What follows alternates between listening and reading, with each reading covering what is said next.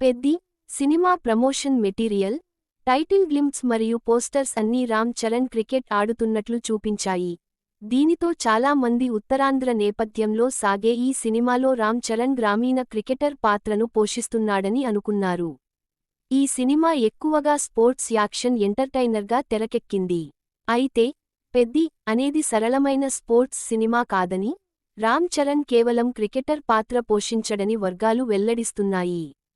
Cricket, wrestling మరియు ఇతర గ్రామీణ ఆటలతో సహా బహుళ క్రీడలలో అతని పాత్ర ప్రావీణ్యం కలిగి ఉందని మరియు డబ్బు సంపాదించడానికి వాటిలో పాల్గొంటుందని అంతర్గత వర్గాలు చెబుతున్నాయి.